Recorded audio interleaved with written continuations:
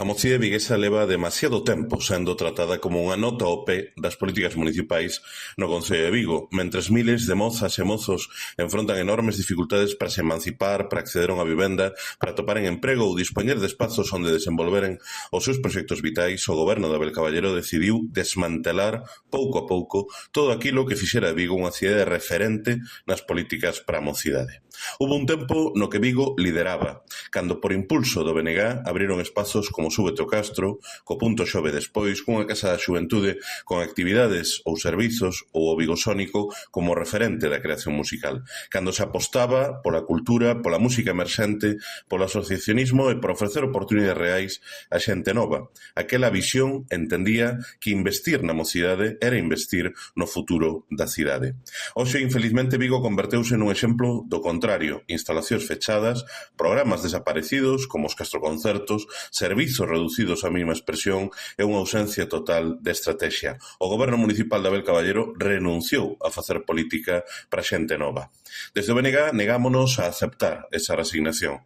A mocidade viguesa non precisa discursos paternalistas nin campañas de propaganda. Necesita moito máis que uns poucos grandes concertos no verán.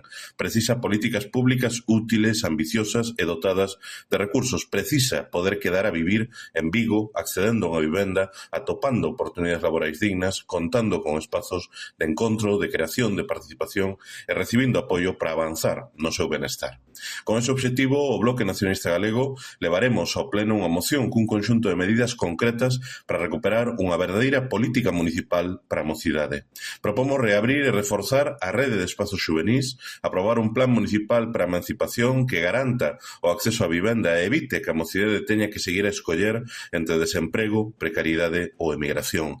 E demandamos fortalecer a creación cultural xuvenil, promover hábitos de vida saudáveis e garantir que as mozas e mozos de Vigo participen de maneira directa, de maneira protagónica na definición das políticas que lles afectan. Mais tamén exiximos responsabilidades á Xunta de Galiza na certeza de que as políticas do Partido Popular teñen contribuído a agravar a situación da mocidade galega.